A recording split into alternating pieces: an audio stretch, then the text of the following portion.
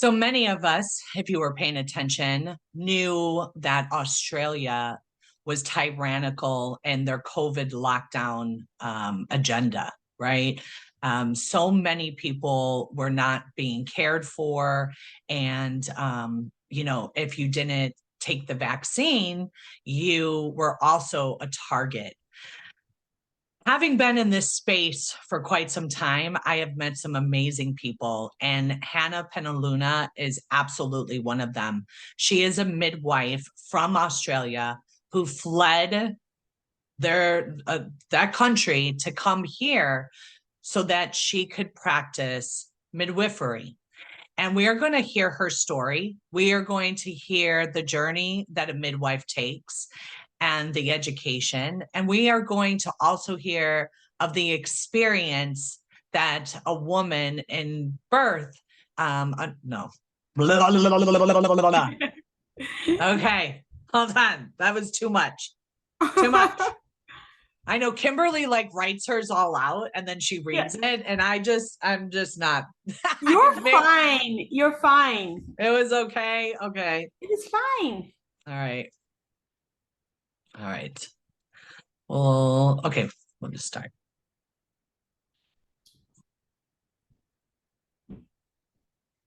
So many of us have heard about the tyrannical lockdowns and the measures that Australia took during COVID.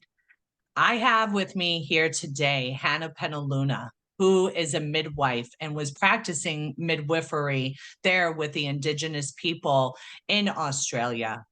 Due to her not complying with the mandate to get the injection, she fled that country and came to America. She is here now in Northern Georgia, practicing and in her own practice.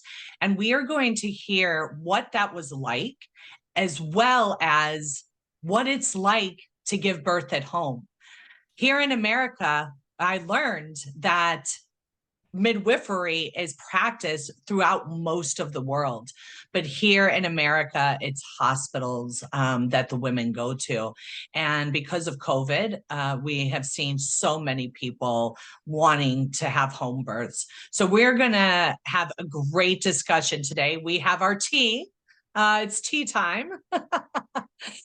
So welcome, Hannah. Thank you so much for joining me. I think you're just amazing. Thanks, Jody. Well, I'm super excited to be here. Yes, please. Start to talk to our listeners and tell us what it was like during COVID and what happened for you to have to flee the country that you loved.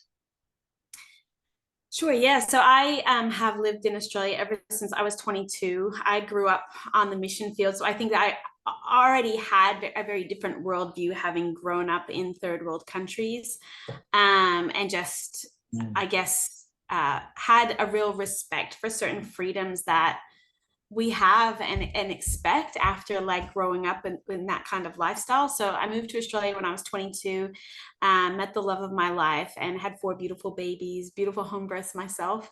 And I never really saw myself ever leaving, if I'm being honest. And even when the pandemic hit in 2020, we didn't really think anything of it initially. Like so many people, we were just unaware of what was coming our way. And my husband and I were both essential workers, government workers. So he was a public high school teacher, and I was a midwife. And if you know much about the health system in Australia, you'll know that it's kind of like England, where you have the NHS, it's socialized medicine, right? So I was actually employed by the government as a midwife. That was my role. And I had always worked for the government in some capacity as a midwife ever since I qualified. So the way things went down were kind of different. And of course, we were essential workers. So, then the pandemic, it was the opposite. We were at work more. Right. He was at work more doing virtual classroom, and I was at work more doing every kind of extra shift that I could. And so we were living on a very small island called Thursday Island, which is up near Papua New Guinea, but it's part of Australia. Really interesting Indigenous like culture. So it's actually a Torres Strait Islander, but not Aboriginal, but there are Aboriginals and Torres Strait Islanders. So the Indigenous people of Australia. And we loved it. We lived in a small island and we thought, oh, well, this is great. Like nobody up here is getting sick, right? Until we were like confined to this very small island. So it's this island has a population of 2,000 people. And, it was 5 kilometers. I'm not very good with miles, but 5 kilometers around the whole island. If you were to Very walk around small. a very small island, you didn't even need a car on it. And so we thought it was all great until we realized like, oh, like we can't go and buy shoes at the closest major city. And like, oh, So you nobody's were allowed. locked down on the island.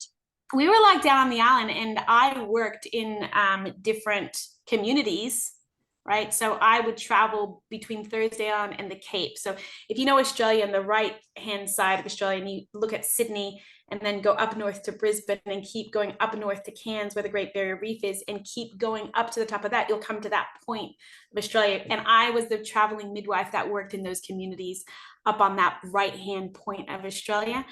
And I had to get permission from the different mayors every time I needed to run a prenatal clinic or, and it was just really bizarre. Like I was the only, I would go across on the ferry, which was usually filled with, over 100 people. And there would be 2 people on the ferry, a doctor, a general practitioner, and me. And getting permission. So that's kind of what it looked like living in remote Australia. So we were considered a vulnerable population. So we had biosecurity measures. And so, so fast forward to 2021, after dealing with those lockdowns in 2020, and, just the fear in that was really, that they really instilled in the Indigenous people, Right. was really, really sad to see, because these are people who they've always traveled from community to community. They're their families, their cousins. They are a very like transient population. They go walkabout, like they go and visit Right. their cousins and stuff on this island and that island, and that's just what's normal for them. And then that all came to a halt, really. Yeah. It was Right. sad to watch. We actually got separated from one of our children who was living away at boarding school, and we decided once 2021 or the end of 2020 rolled around that it was probably time for us to move back to the mainland, that our idyllic island life was coming to a close, and that for our children's sake, now that things were getting back to normal, we should Right. move back to the mainland. And so we did. So did it start to feel a little normal in 2021? It did in Australia, except for Melbourne. So we were watching Melbourne and going, oh, I'm so sorry that you live there, type thing. And we were having this mass exodus from Melbourne, from Victoria, all the way out to Queensland, because it's warm and sunny and people were allowed to go outside. Like, if you're going to be stuck at home, you may as well be stuck in your backyard outside, Right. Whereas in Melbourne, like the weather wasn't as nice. So yeah, so that's kind of like what it felt like. We got back to the mainland and it felt like a little bit normal, like nobody was wearing masks and stuff. Fast forward to 2021, and what was happening was, if you had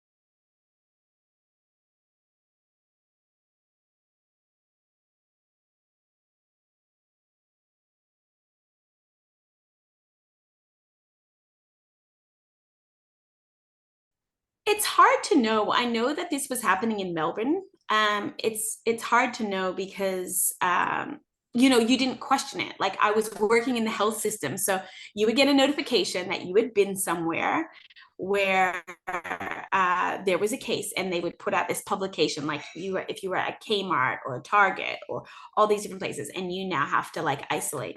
And so we were like, okay, and so it just got to this point where nobody went anywhere. Like if your family lived down in Brisbane, even though you lived far away and you lived remote, you just wouldn't go and see them because it just wasn't worth it to miss out on 2 weeks of work unpaid.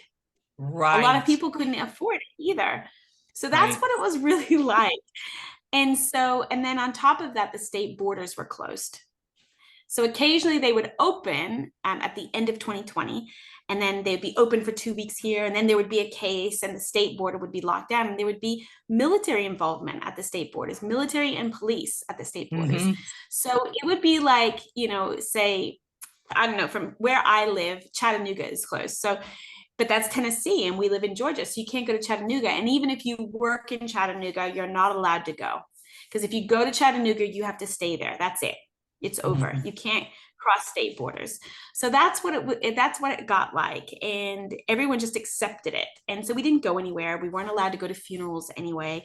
There was numbers capped on places like church. Like, for instance, you had to register to go to church, and once they reached the cap of people that were allowed in the building, you couldn't go anymore.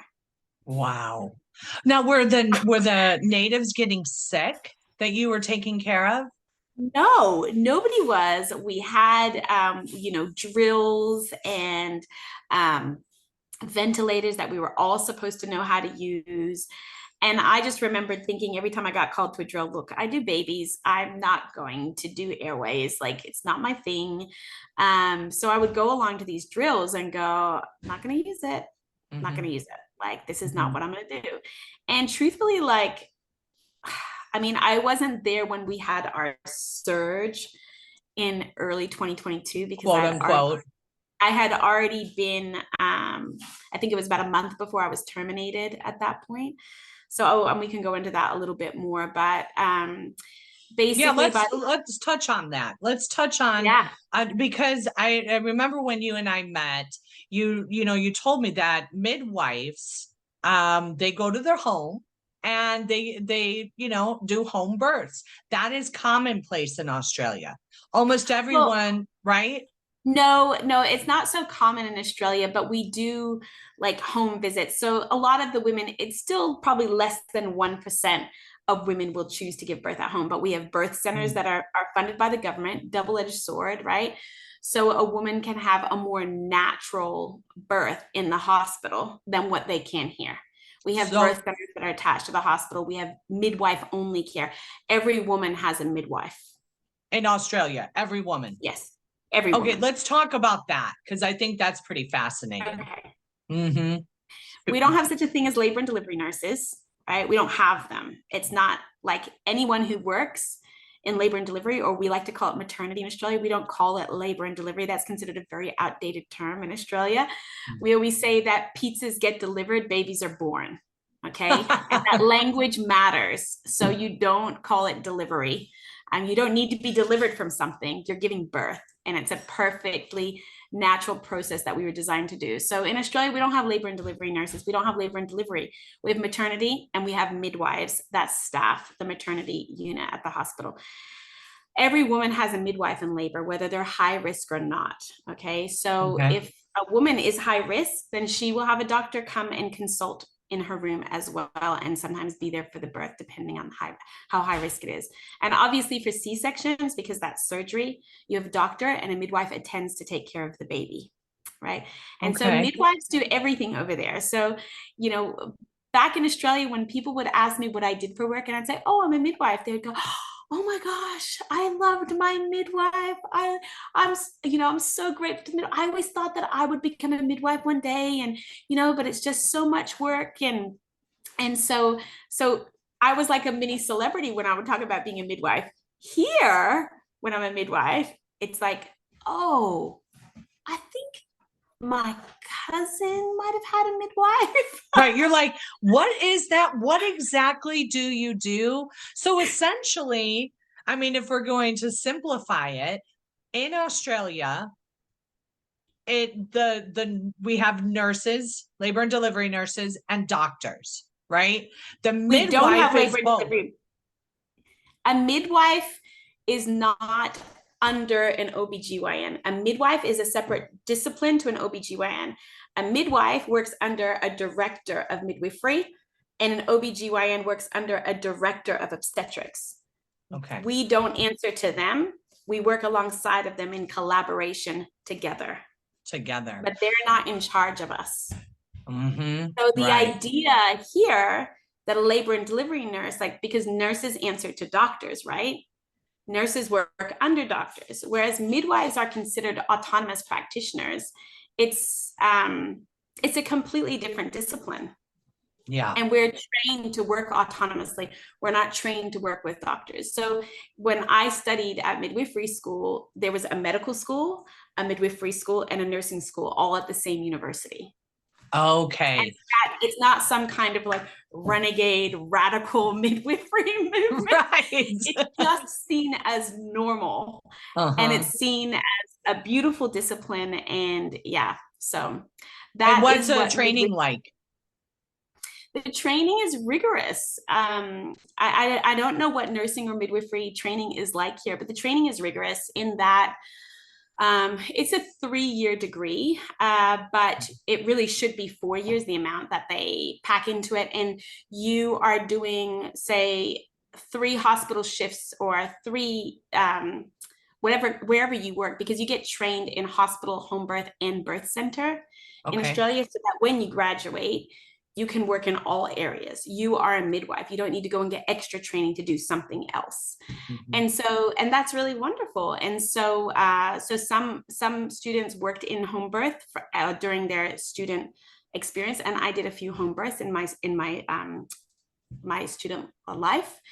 And then you do 2 to 3 shifts in the hospital so that you learn hospital. And then you're often seconded to a birth center, and you do an X number amount of births in a birth center, so that when you graduate, you are competent in all the things, and how to do IVs and how to suture and how to take care of complex high risk pregnancies, and how to, but midwives will always be the specialist in normal birth. And it's well known, and that is publicized, and that's what we do. We Mhm. take care of women who are not sick, but who are going through a normal life event. A normal life event. I love how you said that. And you just reminded me of your presentation at our nursing conference. Yes. Is it's a normal life event. Like, we have made this so complicated. It's like you Yeah. have to go to the doctor. And even when you were talking about, when they say, oh, it's a high risk birth, you should go to the hospital and give birth. And you have an opinion on that as well. I do. Well, when are we ever going to let women just be? You can have too big of a baby, too small of a baby.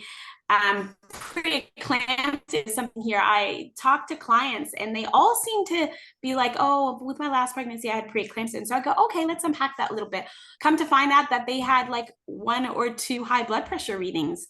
Nobody checked if there was protein in their urine. Nobody did a blood panel to see if their liver function tests were deranged.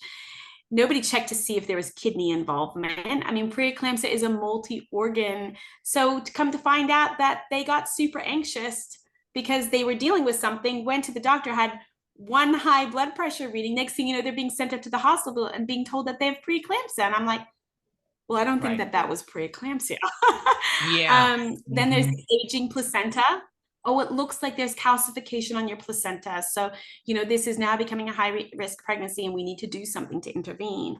And Hmm. then there's a ticking time bomb of being high risk if you're over 35, because now you're too old to have a baby. But if you're too young, then you're at high risk of preeclampsia. Like, I don't think women can get it right anymore, Okay, ever. I want to share a story with you that you haven't heard. So Okay. I had my first son when I was 16, so very young. Oh, And you were high then, risk then, Jody. yes, I High was risk for hired. preeclampsia. Yeah. Right. And then I also, his due date was 2 days before my 35th birthday with my last son, Benjamin. Okay. And at that point, his father and I, we had discussed it, and I said, I don't want any test. I don't want to know, do genetic testing. Whatever is to be is to be. And I'm okay with that. And so, mind you, I'm not a nurse at this point, right? And so I don't know much other than, giving birth twice already. That's it.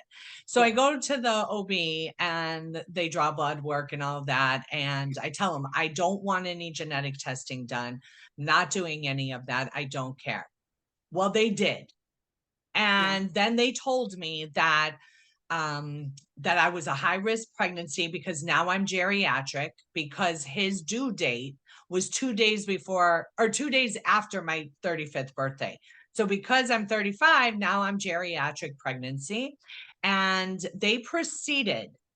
I had to get ultrasounds every week, okay, for my whole pregnancy. And so I mean, it's kind of cool because I do have the video of seeing him grow, right? What's the long-term effects, Jody? Like, how do we know if They that's told safe? me, yeah, and so they told me that Benjamin would be born with trisomy 13 and he would not survive long after birth. And then at 30, 34 weeks, 32 weeks, something like that. I went to a geneticist and we had like a 4-hour visit of, just, counseling and education and talking about like my history, and then them doing this long ultrasound and stuff on him. I come to find out that that was completely fine. There was never any real indication for them to have to put me through that for my whole pregnancy. And like I said, granted, I had already talked to God about it, like, whatever's to be is to be. And so I never really had any fear. And now he was born 8 pounds, 5.5 ounces, 21 inches long. He's 13 years old, almost 6 foot tall, size 13 in men's shoes. And here's my baby that was supposed to have died at delivery, you know? Yeah. Oh, I think it was because my water was too much. I had too much in too Polyhydramnios. much amniotic fluid. You have too much amniotic fluid. You have too little amniotic fluid. I'm telling you, Jody, you couldn't have gotten it right if you tried. Yeah. Yeah. Right.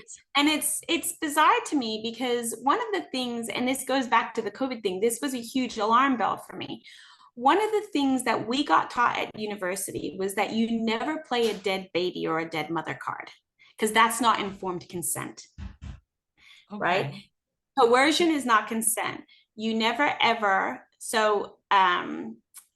you never ever do that to someone, because if you make a woman afraid to say no, it's not informed consent. This was the pillars of midwifery that we learned in my degree.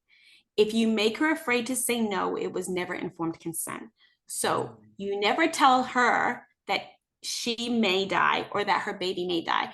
You tell her, what are the risks? What are the risks? Which I still would say, okay, well, what is the chance of that happening? Rather than saying, what are the risks? Because risk is still very, fear inducing.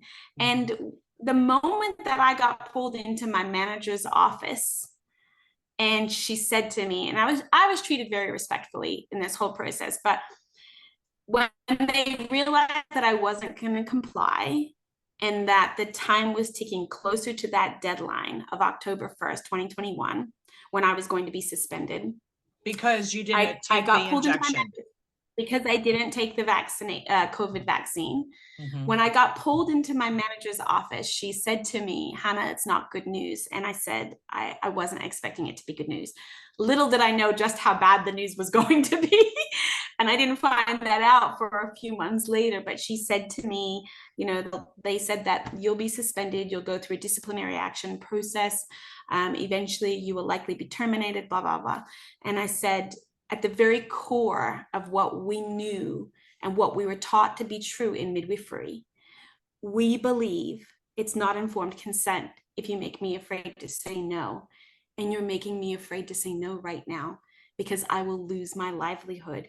I will lose my career if I don't do this. So you're making me afraid to say no.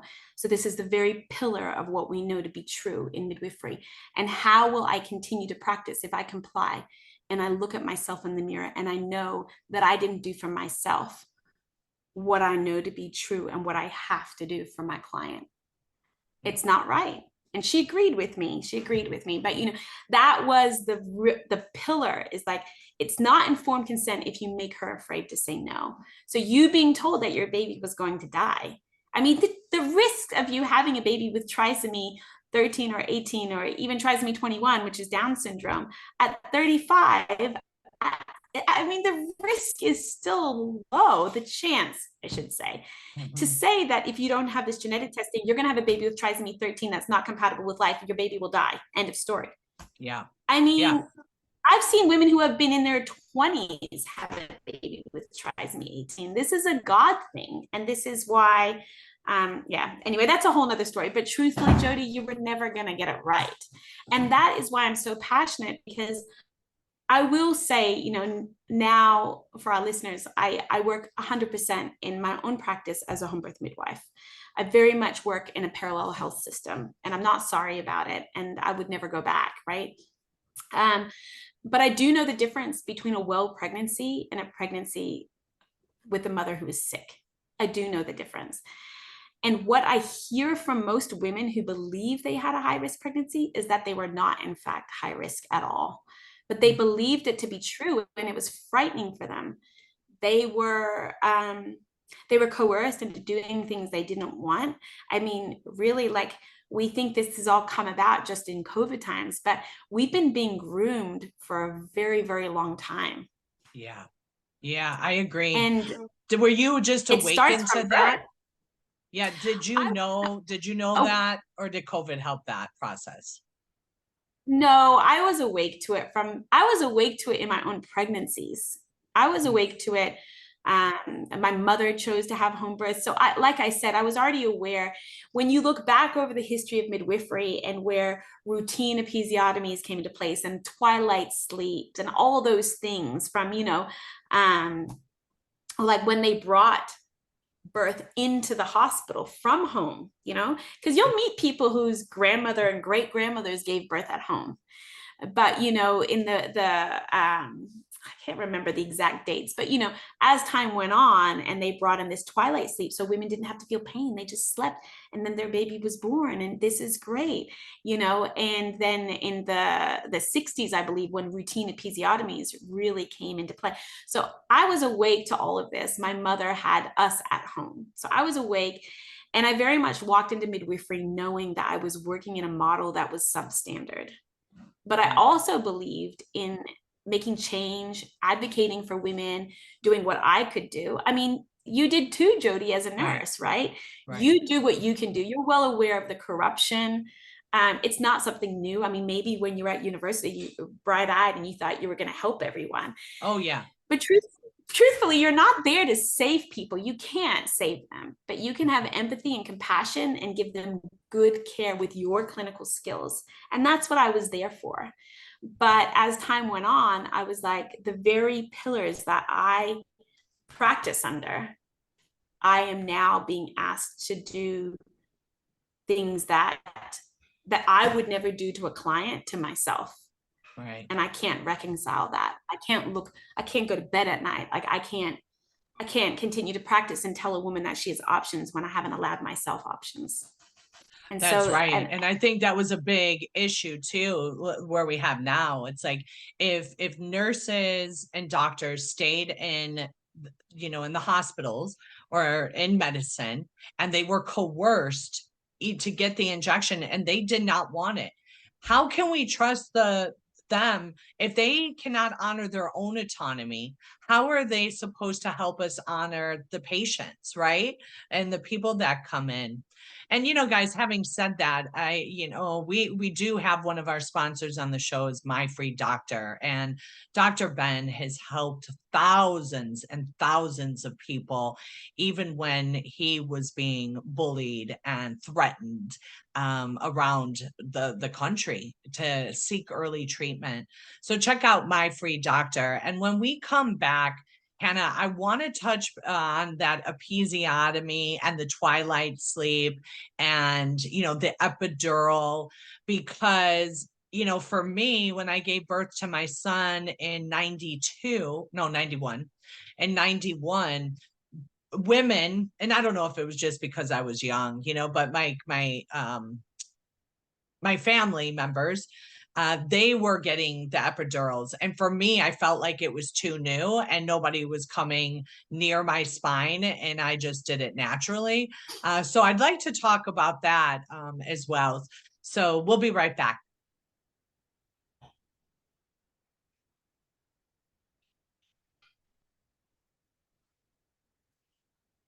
Welcome back. We are talking to Hannah Penaluna, who is a midwife. And Hannah, I would like to touch base on the standard of care, right? The standard of care for a woman that is, about to, have a baby when they go into the hospital and all of these things. We touch base on the episiotomy and the twilight sleep. But let's talk to our listeners about that in general. Well, thank goodness that the twilight sleep is no longer a thing, right? That's not something that we do. We have our own version of it nowadays, which is called the epidural, which is where, the idea is that they inject a solution into the subdermal space. And so it goes in between the vertebrae, an anesthesiologist comes in and they're highly trained. And the idea, and they'll say things to you like the risk is very low. You can get spinal headaches. It doesn't increase your risk of C-section, but it does increase your risk of an assisted birth, like a vacuum extraction or something like that, which I would always stand there and kind of like laugh to myself because I thought, well, if a doctor can't get the baby out with a vacuum, then what happens? You have a C-section. So by default, if you have an epidural, it does increase the risk of C-section. And that's what we see as midwives. Mm-hmm. So with the epidurals, is this rise of like, women shouldn't feel pain. Pain is bad.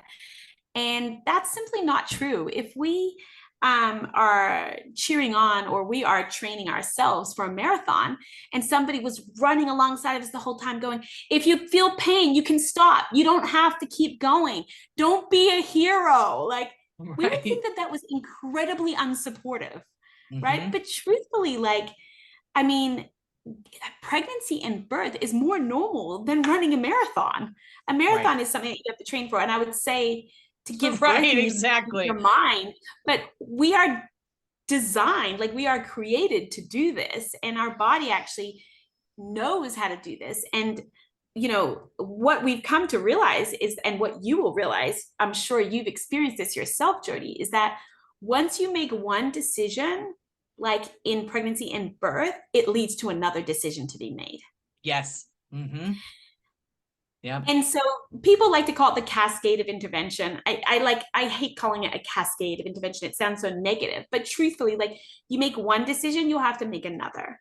If you just sit with the discomfort of what your body knows how to do, and that it's like allowing your body to heal when you're sick. Yeah. Like, and instead of choosing to take a ton of pharmaceuticals that mask symptoms, like when we are sick, we get told to rest and allow our body to heal because it knows how to. Yes. Our bodies know how to get pregnant. If we can get pregnant, if you can get pregnant at 45, you can have a healthy baby. Mm-hmm. This idea that our body can do something, but then it doesn't know how to do it. Right.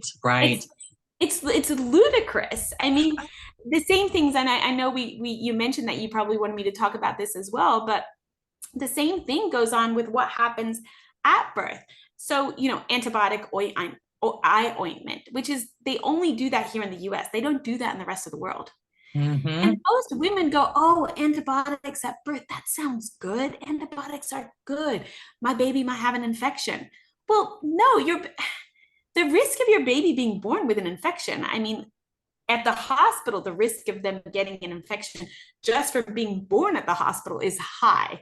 That's right. Yeah. To think that your baby is born with an infection in their eyes. And most women don't know the reason why that antibiotic eye ointment is given at birth is because they might have become positive for chlamydia. And that could cause blindness and serious complications. And so every baby, rather than continuing to test women throughout their pregnancy for chlamydia and gonorrhea, they just give every baby antibiotic eye ointment in case they have it. Wow. It's such a knee-jerk reaction, and they don't do it in the rest of the world. And the rest of the world does have chlamydia and gonorrhea. Yeah, so it's such a bizarre. It's not even you don't even ask the mother if they want it. You just do it. And I'm going back because I was in float pool and I used to work in postpartum, and and have to now I'm going back saying like, oh my gosh, what was you didn't question it? Why? I wasn't questioning all those babies with the glistening eyes and you're going, wait, what? And like the idea that a baby is born vitamin deficient at birth, the idea that we need to supplement our babies with vitamin K because our babies are like, so God designed babies to be deficient in vitamin K at birth, and we got to do something about it. It doesn't make sense. Yeah. Like, our babies are born usually healthy and well. If they're born sick, okay, do something about it. But to say that every baby is deficient at birth, well, did God make a mistake? Like, are we doing something wrong in our pregnancies that makes them deficient? Because God certainly didn't create us deficient from birth.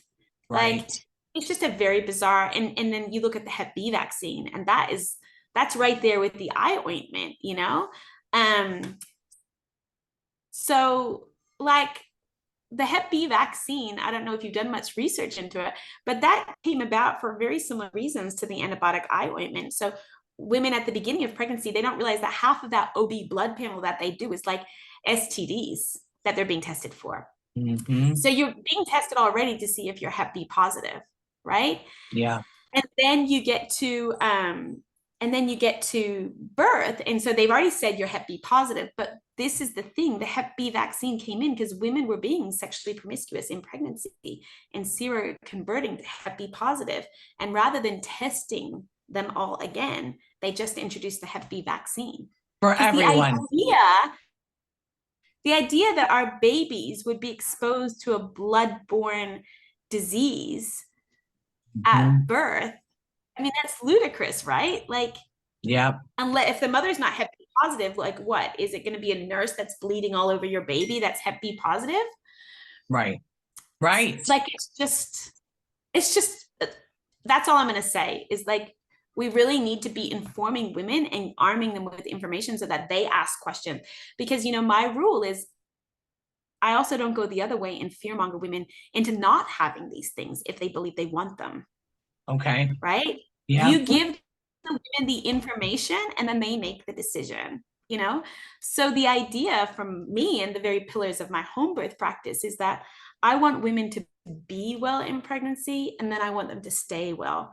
And I want their families to be well and to thrive as they should, because the whole thing is a normal process. It's God designed. There's no mistakes in it. Right. And you see so many women. No, go ahead. Sorry. No, and I'm not going to pretend that I've never ever seen an abnormal pregnancy, because birth is normal until it's not, right? And women do get sick. And babies can be born and get sick. And there can be high-risk pregnancies. And that is very difficult. But the idea that every single woman has a high-risk pregnancy is complete lies. There's just really no other way to describe it. Yeah, so let's talk about the process. So let's just say we have a woman out here or grandma listening, and, you know, or, you know, hope a soon to be grandma, you know, and it's like, oh, maybe my daughter wants to have a home birth. What's the process? A woman becomes pregnant. Does she have to go to the OB, or can she just call up the midwife first? She does not have to go to an OB. So any good midwife knows how to do an intake and a complete personal history. I hate calling it a medical history, right? But personal history. And that could be medical history as well, if they have a medical history of note, you know, that matters. So they come to the midwife, and I always say to women, like, vet your midwife, vet me, like, ask me questions. You know, we don't go to doctors, but we should, because you could be hiring Dr. Death and you wouldn't even know.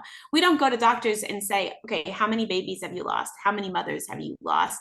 You know, like, talk me through, like, what's your risk of C-section? But we should. Yeah. Like, and so when a woman comes to me, if they don't ask me the right questions, I coach them in it. And I'm like, okay, first of all, don't just interview me, but interview other midwives. Ask them where they received their qualifications. The process of midwifery here in the US is completely different. So most home birth midwives here were only trained in a home birth model. And I'm not saying that that's a bad model at all, but you know, I guess I liked that in Australia, we learned all models. And I see it as benefit. You know, if I do have to transfer to a hospital because one of my clients has become sick, and I have a very low transfer rate, you know, but I know how to communicate with the hospital staff. They respect me. Our lingo between Australia and here is slightly different, but most of the time they understand, like, I can speak in acronyms, I can hand over and transfer care, and I can be a respectful participant in the conversation, right? And they generally respect me. But yeah, you want to vet your midwife. You want to know how many births they've done. You want to know where their experiences came from, where their training came from, because it's different here in the US than it is in Australia. So that's important. But no, you do not need to go to an OB and get permission. Like, Yeah. this is the whole thing, right? Like, you are taking responsibility for your own care. If you know that you are healthy and well, go and see a provider that promotes healthy and well pregnancies. So how Ask often do you see the woman? You know, it's very similar to the medical model in that, you start with like 4 weekly appointments, so monthly appointments, then you move to bi-weekly appointments, and then you move to weekly appointments, except for you're not getting an ultrasound and fear-mongered and coerced at every appointment. You're having conversations about nutrition, hydration, taking care of your body, sleep, good quality supplements that can support your body in areas that you might be deficient. A lot of it is social. Like, are there marital problems that are causing stress in this pregnancy? Do we need to refer to a counselor for those? Because that's midwifery as well. Like, you're looking at the family in a holistic way and saying, how is this supporting this pregnancy? And is it causing stress? Or is this pregnancy well? And that includes mental, emotional, and spiritual well-being, as well as the physical well-being. It could incorporate a mother's cultural practice. Indigenous women, they would birth with the tides of the ocean. So I would literally come in to take care of them, and they're like, oh no, it's low tide, I'm not gonna have my baby yet. And then they'd be like, oh, it's high tide, I'm gonna have my baby soon. And they would. So they like, were just wait, they were what? they were very in tune with Mother Earth and their They body. were. Yeah. And it matters because their cultural practices are deeply in their food chain. Everything comes from the ocean. That's where they live. They live on an island, and it matters to them. It's important. High tide is what they believe. Low tide is ugly and stinky. You don't want to bring a baby into that. Oh. You want to birth your baby when it's high tide and it's beautiful, and you can, nourish yourself with and catch fish, and all of that. It's wild. But women do have certain cultural practices, and I will ask them, do you have any cultural practices that you need to let me know? For certain Aboriginal women, they had communities, but I have had families that have to sing their baby a specific song at birth because that's what they do. It's important to them. Or they will, I don't know, a lot of my Christian families will pray over the baby at birth. And I do have a lot of those. I do advertise myself as a faith-based midwife, and I don't make apologies for that either. I can incorporate into my practice. I no longer work for the government. They can't tell me what to do. My clients that hire me come to me because they know I care about all aspects of their well-being. Right, which is so important. And I care about mine too. I care Right. about my well-being in being their practitioner. I take care of myself. I take care of my marriage. I take care of my children. Because if I don't do those things first, then I'm not a good midwife. If I sell my soul before then I'm not a good midwife. Oh, I like that. I agree with that. Yeah, I mean, we touch base on that about the autonomy. I mean, I felt the same way as a nurse. They were like, "How are you happy?" or "You're always smiling." I'm like, because I take care of myself. I work when I work, and then I travel, or I do, what brings me joy. And so when I'm here, I'm completely here, and I love it. And I'm going to be the best nurse that I possibly can for these 12 hours. And I'm not going to bring my outside, issues.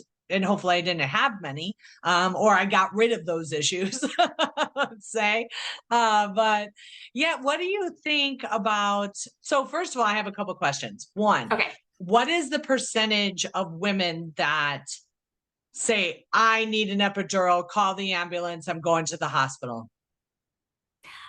I actually have not had one yet since I've been in practice in the US. How many births have you done here? So I would probably be coming up to about 40. So out of 40 women, not one has ever wanted to go to the hospital. Yeah. What kind of tips and tricks do you do to help alleviate the birth pains? Well, first of all, we're going to look realistically at the situation, aren't we? Like we're going to give education about like how to train mentally and physically for endurance and resilience. That's going to be For the first most important thing is when it takes you by surprise, that's Mhm. part of it. Like we get told pain is bad, pain is bad, pain is bad. But when we start to talk about why do we have this discomfort, it's because we're bringing a beautiful baby into the world, and that's a difficult process, but the reward is huge. It's like running a marathon, and at the end of it, you have this huge sense of like euphoria that you completed this insurmountable task that seemed so impossible to you. And birth is no different. Like you look at it and you go, how am I going to get that baby out of me? You know, Right, and to think right. that's just going to be easy, you know, Mhm. like parenting is hard. It doesn't just end like when you give birth to your baby. Like the hard part is only just starting, right? Like you're going to have to go through hard parts of parenting, you know, forever. You're a Yeah. parent. That's Yeah. how it works. Well, and it's interesting too, because when we have generations of women that give birth in a hospital, it's like we are disconnected. Because I remember when I had my son and I was there in labor, and I'm like, oh my gosh, nobody told me that these contractions were going to hurt more than pushing, you know? Yeah. That was insane, intense. I literally just focused. I did Lamaze class prior, so I was prepared with the breathing, and I just was like, I'm not getting that injection in my spine, right? And Yeah. so, but then I remember too when I would needed to push, and I just said to my mom, I said, oh, I feel like I have to go to the bathroom. And then she runs out of the room and she's like, she's ready. And I was like, ready for what? How did you know, mom? Why didn't you tell me that that was going to be the sensation that I was going to feel? Do you know what I'm saying? Yeah. So, So first yeah. of all, we have to have education, and part of that education is talking about people go in and they think, oh, well, it's not going to hurt to have an epidural. Like it's not going to hurt. If I have an epidural, I can give birth and it won't hurt me. But Mhm. truthfully, like the epidural blocks our natural hormones that are required to give birth. So I just had a woman today call me and she was like, this is my birth story from last time. I want it to be different this time. You know, in retrospect, all these things happened. And she was telling me how she felt so overwhelmed and exhausted when she was giving birth that she was like, I have to fix this. And then she told me that she got her epidural, she had a 30-minute nap, and she felt like a new person. And she assumed that she felt like a new person from the 30-minute nap. Then she went on to say, but then I didn't have enough contractions, so they had to start Pitocin. And I'm Yes. like, well, that's not a surprise because the very drugs that are in epidurals are a smooth muscle relaxant. And guess what your uterus is? A Yeah. muscle. So if you tell your muscle to relax when it's supposed to be contracting, we're going to have a problem. Yes. Then we And have to give an artificial hormone to replace what we just took away from you. you And know people what? don't realize that. They don't. And I was in there with my daughter, and that was the most horrific experience. One of the most horrific experiences I've ever witnessed as a nurse, much less my daughter's on the table. And her delivery was going great. Her contractions were going great. Everything was progressing. Then it started to get hard. And I was like, honey, we could do this. We could do this. And then the nurse, who was actually a friend of mine I went to nursing school with, I even pulled her aside and I said, please do not talk about an epidural. Just don't. She will get through this. We'll get through this. And they went in the bathroom to get on a ball. And the next thing I know, my daughter's like, I'm getting it. I'm getting it. And I was so pissed off because after that happened, her delivery slowed down tremendously. It virtually came to a halt. She, had to get on the Pitocin, and then the delivery. Oh my gosh, like they had to pull him out with forceps. And he had a student doctor there that was running the whole thing. And she told me, she goes, Mom, if you're going to be here with me, you cannot be a nurse. I need you to be here as my mother. And I said, fine. But I was about to lose my mind on this doctor. He had about 5 seconds before he pulled that student doctor out of the way and took control of the situation. But it was horrific. And so, yeah, I think education is huge, because if she had someone like you, right, talking to her, preparing her, letting know what the environment's going to be like, the environment that you guys are going to create together to bring this, baby into the world, all of that, and they could visualize it and see it and work on their breathing, it would have been a completely different outcome. Well, and not just that. So we need education, but we also need to make sure our body is in alignment so that we're fueling our body. So this idea that we send women to the hospital, they're not allowed to eat and drink. They have to be tied up to a drip. It's like your body needs hydration and fuel to be able to do a hard job. Like if you train for a marathon, you are given huge education surrounding how to fuel your body to do hard work. And yet then we tell mothers they're not allowed to eat because it's a risk in case they go to, so we've already prepped them for the OR at the very beginning. And now they have no energy to be able to do a job that is hard. So, we talk a lot about how we're going to fuel their body during labor so that they can have energy. When they do feel overwhelmed and exhausted, we make the room darker. We coach them through. If they're really uncomfortable and they need some relief, we put them in a warm bath that's very comforting. We put them in a hot shower with the lights turned off and leave them alone with their husband. And we let their hormones work, right? Mm-hmm. If you get a sensation that you need to go to the bathroom, you don't want to be around people because you need to go to the bathroom. So if you have that sensation in labor, which everyone does, because that's the sensation, you're not going to want to have a bunch of people around. It's like, oh, she's ready. Call in the team. She feels like it's the worst thing that you could do, Jody. Like, you need people who you could take a crap in front of. Right. And that is only going to be someone who you trust. Right. It's even then it's going to be hard, but it's going to be better than it could be having a whole team. So it's completely different. I walk women through some hard labors that I know from previous experience would have been a C-section several times over. Okay. And they get the baby out and the baby's well and they're well. If they're not well, I transfer them because I recognize that there's a time and a place for medical involvement, and I involve them when it's needed and indicated, because that's good. I hate to say patient, but when they have become sick and they need transfer, they are a patient. But otherwise, they're my client. I'm walking alongside of them. I'm coaching them, What's the percentage of women that come to you? And we only have like 2 minutes left, but what's the percentage that come to you that say that I was high risk, I had a C-section, but I want to do a home birth? Do you, maybe not the percentage, but do you take those cases? Oh yeah, probably I would have about 90% of them. But when I sit down and break down their story, we come to find out that they weren't high risk. Right. So I would say about 90%. I don't actually take on high risk patients that are actual legitimately high risk, but I know where the boundaries are with that. So I would say about 90%, because I do have a lot of first time mothers that come my way. I love starting mothers strong. So yeah, that's the truth. Yeah, I love that. All right. Anything else you want to add? I know we could talk for hours, Hannah. I know. We'll have to have you on again.